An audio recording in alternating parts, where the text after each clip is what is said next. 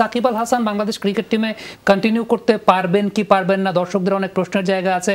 কারণ একটা sensitive issue, একটা মামলার আসামি তাকে করা হয়েছে 28 নম্বর আসামি, এবং সেই জায়গাটায় ঢাকার আদাবরে, মোহাম্মদপুরের আদাবরে একটা পুলিশ গুলি চালিয়েছিল, কিংবা যে কেউই গুলি চালিয়েছিল, ব্যাপারটা আসলে ক্ল্যারিফাইড না। তবে এই জায়গাটা বলা হচ্ছে নির্দেশদাতাদের মধ্যে সাকিব আল হাসান নাকি একজনই, কিন্তু এখন পর্যন্ত কোনো কিছু প্রমাণ হয় নাই, কোনো চার্জশিটও এখন পর্যন্ত হয় নাই।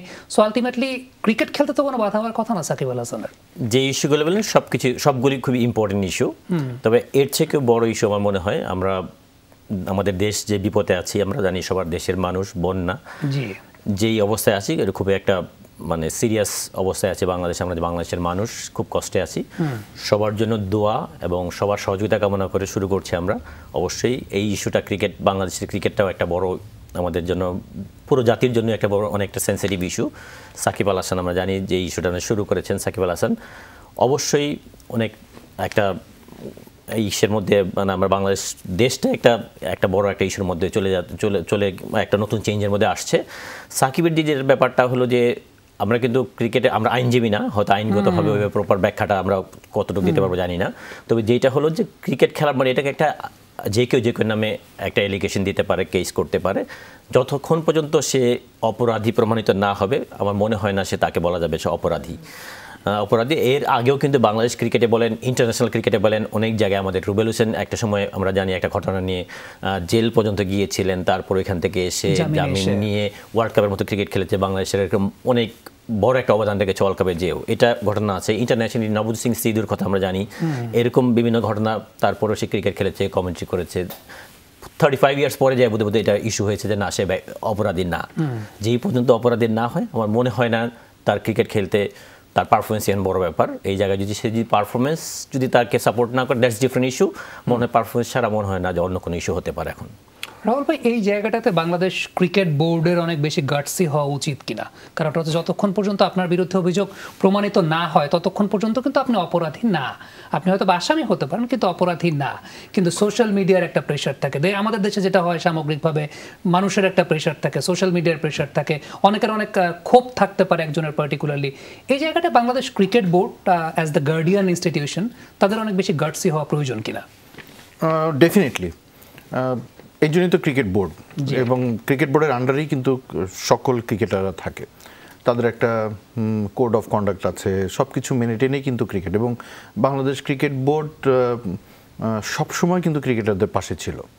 আমরা অনেক ধরনের ক্রিকেটারদের এলিগেশন দেখেছি, অনেক ধরনের ক্রিকেটারদের ব্যাড বিহেভিয়ার দেখেছি।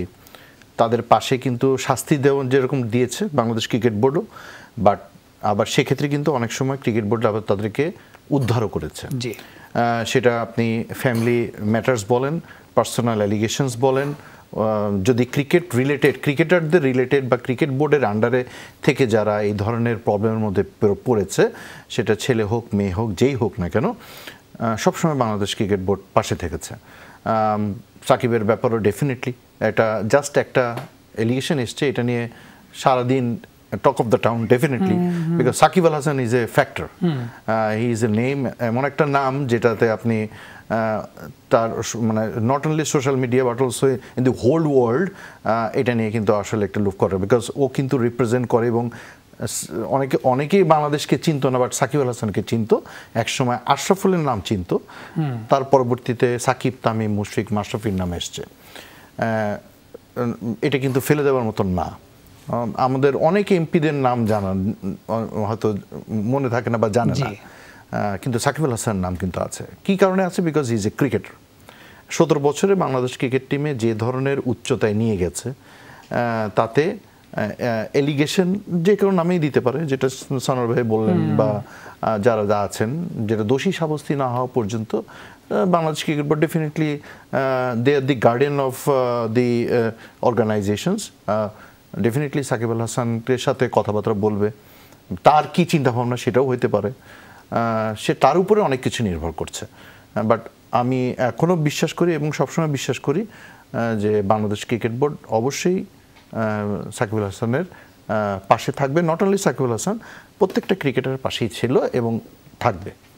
মাজার, I am pretty much sure যে সংবাদ সংগ্রহের জন্য আপনাকে আন্তর্জাতিক গণমাধ্যমগুলো দেখতে হয়েছে, এবং আজকে মোটামুটি উইজডেন থেকে শুরু করে স্কাই স্পোর্টস, মোটামুটি বাইরের দেশের পশ্চিমা বিশ্বের বলি কিংবা এশিয়াতে ইন্ডিয়ান মিডিয়াগুলো তো এই ব্যাপারটা নিয়ে একটা টক অফ দ্য টাউন ছিল যে সাকিব আল হাসান এরকম একটা মামলায় তাকে আসামি করা হয়েছে। সো আলটিমেটলি এমনও একটা কথা বলা হয়েছে বিসিবির কাছে লিগাল নোটিস পাঠানোর সময় যে according to the law of ICC Shakib Al Hasan can not take part in international matches. But এটার তো আসলে কোনো ভিত্তি আমার কাছে মনে হয় না থাকার কথা। কারণটা হচ্ছে, যেহেতু বলছিলাম, আমরা একটু আগে আলোচনা করছিলাম যে রুবেল হোসেনের এরকম একটা ঘটনা আছে যে জামিন পেয়ে, কারাগার থেকে জামিন পেয়ে তারপর ওয়ার্ল্ড কাপের মতো আসর তিনি খেলেছেন। সো এই সময়টাতে বাংলাদেশ ক্রিকেট বোর্ডের ডেফিনেটলি এই এভিডেন্সগুলো তাদের সামনে থাকবে বিবেচনা করার জন্য। অবভিয়াসলি আরেকটা ব্যাপার হচ্ছে যে একজন অ্যালিগেশন করেছে, বাট কোর্ট কিন্তু কোনো রায় দেয়নি। আনটিল কোর্ট কিছু রায় না দেয় ততক্ষণ পর্যন্ত তো until proven guilty he is মানে ইনোসেন্ট, এই পর্যন্ত তো আমরা জানি। বাট একটা ক্রিকেট বোর্ডের একটা সবচেয়ে বড় ইম্পর্টেন্ট রোল হবে যে এখন সাকিব আল হাসানকে তারা কমিউনিকেশনে আছে নাকি, তারা সাকিব আল হাসানকে তার পারফরমেন্সে যাতে ব্যাঘাত না ঘটে, একটা টেস্ট ম্যাচ চলছে এই সময় তারা কিভাবে বিসিবি রোল প্লে করছে তার প্লেয়ারকে করার জন্য, হেল্প করার জন্য, সাপোর্ট করার জন্য, এটা খুবই ইম্পর্ট্যান্ট একটা অ্যাসপেক্ট।